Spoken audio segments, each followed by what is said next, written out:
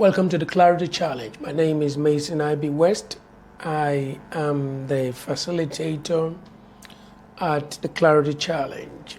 Today, our conversation starter is quite a sensitive one.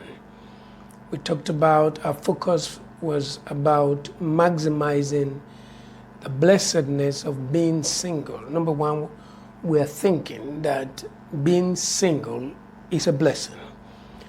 We're also considering the fact that there are challenges that are peculiar with being single. But we're also saying that the blessings or blessedness of being single need to be maximized. Otherwise, it has a way of creating limitations in our relational experience. One of the very questions we asked under this overall theme, because so much had to be dealt with in class on this. We asked the question, have you ever struggled with being single? Many people in class today indicated that they've struggled a lot with being single. I hope that these and subsequent broadcasts will be able to address that, because with right information, we shouldn't struggle with being single because it's a blessing, being single. So we said, have you ever struggled with being single? Examples: psychologically, mentally, emotionally, feeling depressed and losing your focus as a result of that. From all indications on the platform, a lot of people were actually dealing with depression as a result of the battles of being single, or should I say, the misunderstanding of what it actually means to be single. A lot of people have lost focus, they've lost their sense of purpose. But if you ask me, I think that there is a gross misconception about what it is to be single. Very serious misconceptions, and we need to look at some of those things because we shouldn't struggle with being single. So somebody in class today said, I was down and I needed to talk to someone. I couldn't find anyone even when my health was down. With health, no one to rely with. Now, as I look at this response, a lot of things go in my mind. Why in the world should people be so lonely in the midst of so much people? Something is wrong. You can't be in a class of 50 and still feel lonely. You shouldn't be in a family of 6 and still feel lonely just because you're not married. You shouldn't be in a compound, in a neighborhood, in the office. You shouldn't be in the midst of people and be feeling so alone and lonely just because you're not married. Something is fundamentally wrong with our conceptualization of the word and the term being single. Now look at somebody else's reaction. Somebody else said in class today, it was really a down time for me, and all I needed at that time was a listening ear to let it out, but then I was single. That's the point. How does being single limit you, hinder you from having access to a listening ear? How does not being married make you not to have access to a listening ear? It doesn't make sense. Doesn't make sense. Is it possible that this is because we have narrowed down company and companionship to heterosexual relationships? No. I think there is something wrong with our social development, our human social development. Something is fundamentally wrong, and a lot of things are going on in my mind. Why is it that we're not able to build healthy friendships unless they are romantic relationships? There is something limiting us, because it does appear to me that we think that the solution we seek for the feelings of loneliness that we often get, something makes us feel that the reason we don't have that is because these things can only come from romantic relationships. No. 1,000 times no. Listen, we cannot have people all around us and yet live in isolation and pine away. The reason I say that, this is so important, is this. If we don't check this, what's the word now? If we don't check this shortcoming, if we don't check this on poor development of our social capabilities, you'll be shocked that you go into a marriage, have a spouse, and still feel lonely. You could go into a marriage, have children, and still feel alone. It's a state of mind. It's a state of mind. It's not a state of whether people are in our lives or not. It has nothing to do whether we're married or whether we're not married. It's a state of mind.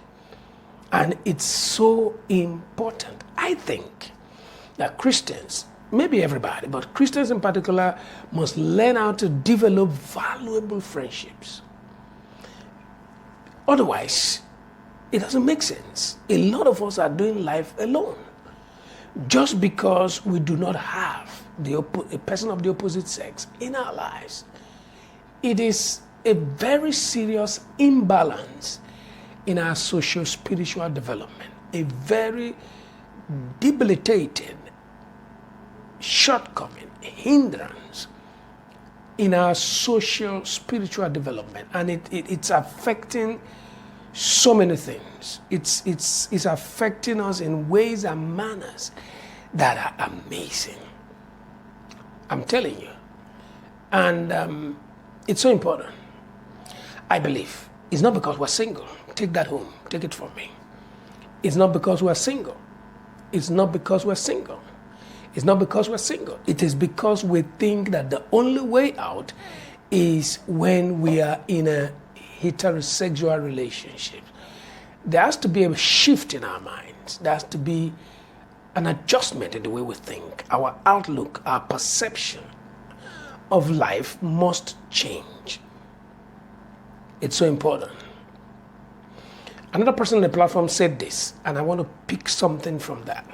The person said, talking about when the person had challenges with the depressions, that the psychology that comes with battling with being single or with the battles of life and not being in a relationship. This person says, what I did was that I called my pastor friend.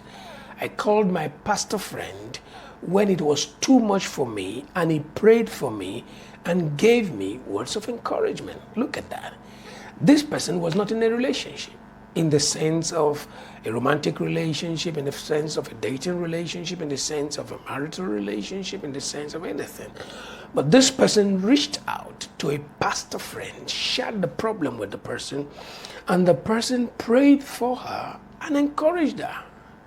That's what I'm talking about. This kind of prayer, this kind of encouragement doesn't have to come from a spouse.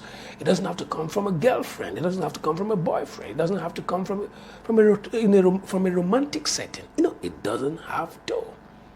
I think most of us are dealing with trust issues. That's all.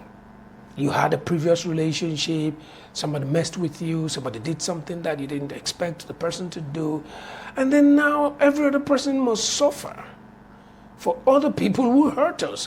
Now we can't trust nobody, we can't connect with nobody. When you have friends and you always have problems with those friends, which now makes you not to have any more friends. Let me say this, something is wrong.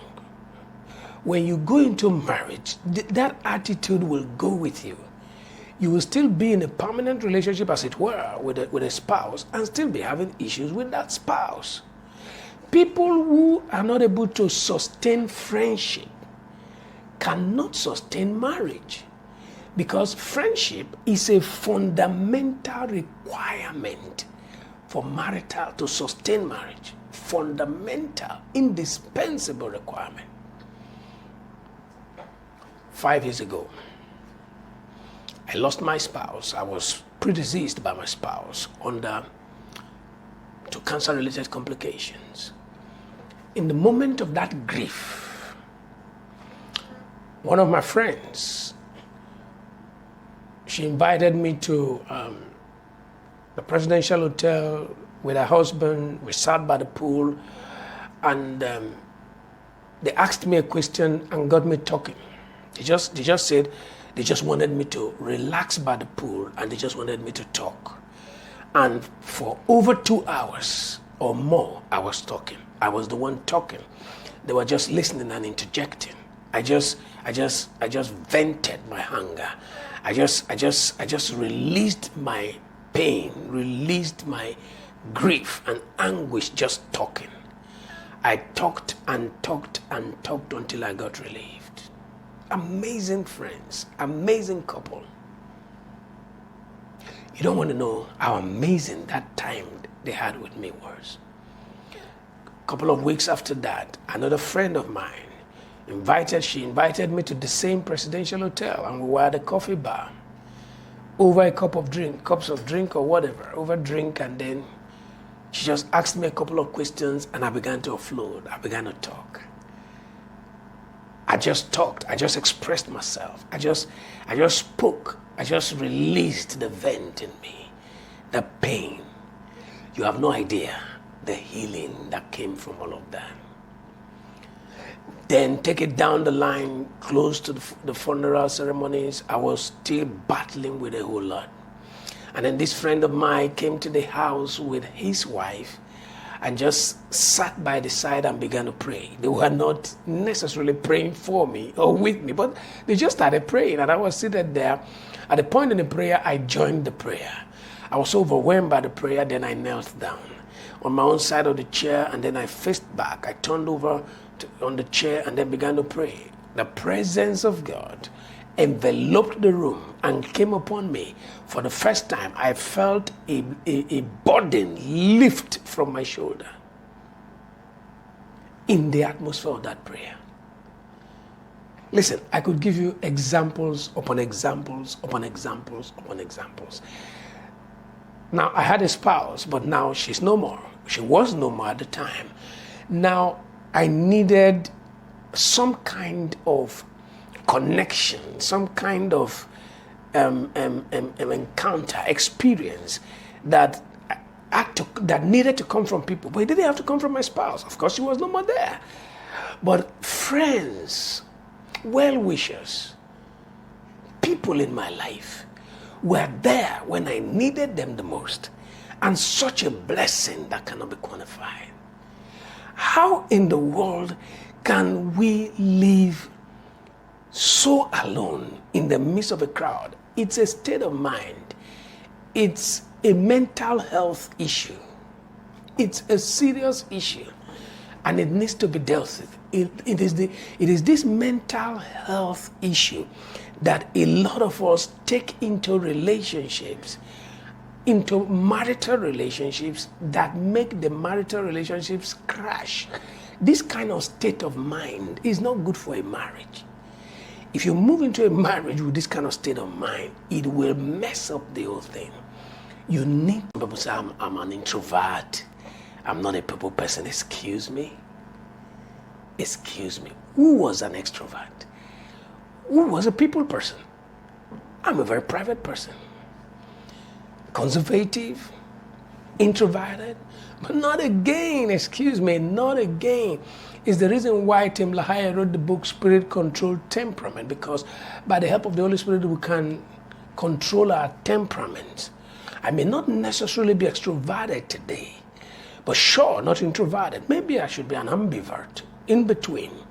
But the point here is that through personal, intentional development, I've had to work on myself and break out of those patterns of limitations. Why? We can't do life alone. If you do life alone, eventually you die alone. So wake up and smell the coffee. Smell the coffin. Smell everything. And wake up and move. You need to develop your personal skills before you go into marriage. You need to develop your capacity for social integration before you go into marriage. You need to develop your capacity to make and maintain friendships. All this celebrated, I don't have friends, is not an asset. It's not an advantage, it's not an achievement. You probably might end up a burden and a distraction to anybody you get married to.